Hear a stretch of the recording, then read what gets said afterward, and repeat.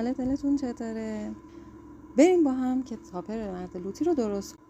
اول فوندان رو باز میکنیم و بعد با ابزار گرد صورت رو برش میزنیم. بعد حالت چونه رو با دست فرم میدیم و با ابزار دورگیری میکنیم و گردن رو به صورت مستطیل در میاریم و به چونه وصل میکنیم. نوار باریک فوندان رو برمیداریم، درست سیخ چوبی میپیچیم و موها رو فرم میدیم و روی سر نصب میکنیم. تیکه پایین کلاه رو درست کرده و تیکه بالا رو طراحی کرد و بعد با چاقو برش داده و تیکه پایین با چسب فوندان وصل میکنیم.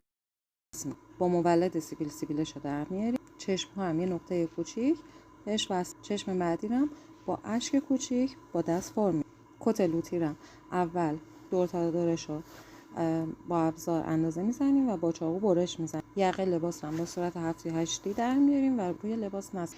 در اینجا از مولد پاپین استفاده میکنیم. آستینه ها رو درست میکنیم و کنار کت قرار میدیم و با دست فرم میدیم و در اینجا تاپر ما آماده است.